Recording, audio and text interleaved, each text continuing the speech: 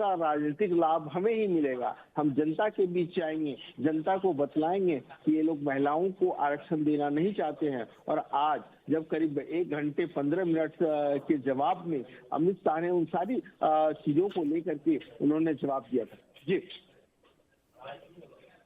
तो इस वक्त हमारे साथ बने हुए हैं मनोहर, जो बता रहे हैं आप इस वक्त देश के संसद की तस्वीर देख रहे हैं, लोकसभा की तस्वीर देख रहे हैं। 2 दिन तक कल और आज लगातार नारी वंदन अधिनियम पर चर्चा हुई। सत्ता पक्ष और विपक्ष के सांसदों ने अपनी अपनी बात रखी। सीधा सा संकेत था, सरकार नारी वंदन अधिनियम लेकर आई थी, उसने कहा था कि इसे पास होना चाहिए, 33% आरक्षण महिलाओं को मिलना चाहिए। विपक्ष ने कहा हम भी इसके पक्ष में, हम इसके समर्थन में हैं, लेकिन जो परिसीमन का, डिलिमिटेशन का खेल आप खेल रहे हैं, उस खेल को मत खेलिए। आप महिला आरक्षण लेके आइए, आप वो महिला आरक्षण लेकर आइए जो 2023 में संसद से पास हो चुका है, लोकसभा से पास हो चुका है, राज्यसभा से पास हो चुका है, राष्ट्रपति ने जिस पर हस्ताक्षर कर दिए वो लेकर आइए। लेकिन वो कैसे आ सकता है, क्योंकि वो तो नई जनगणना पर है।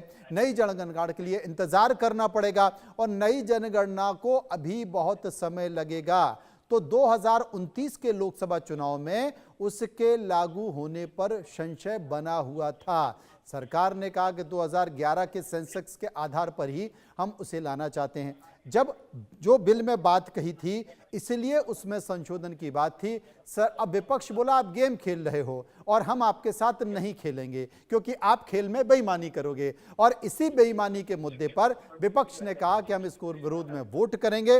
और अभी जो वोटिंग चल रही है, उस वोटिंग में 489 सांसदों ने वोट किया है।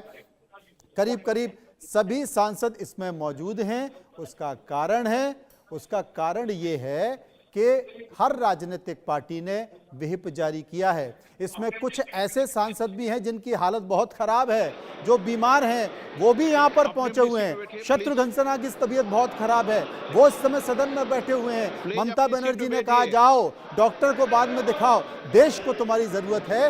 ये जो महिला आरक्षण बिल पेश कर रही है सरकार, वो ठीक तरीके से नहीं कर रही है। देखिए क्या हुआ, रिजल्ट आ गया का और संशोधन करने वाले विधेयक पर विचार किए जाए।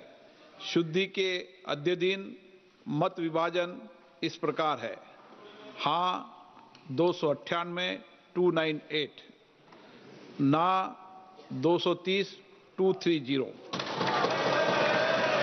प्रस्ताव संविधान के अनुच्छेद 368 के उपबंधों के अनुसार सभा की कुल सदस्य संख्या के बहुमत द्वारा तथा सभा के उपस्थित और मत देने वाले सदस्यों के कम से कम 2/3 बहुमत द्वारा पारित नहीं हुआ। अब इस संविधान संशोधन पर विधेयक पर आगे की कार्रवाई करना संभव नहीं है। अतः संघ राज्य क्षेत्र विधि संशोधन विधेयक 2026 तथा परिसीमन विधेयक 2026 के संबंध में आगे की कार्रवाई पर निर्णय लेना है।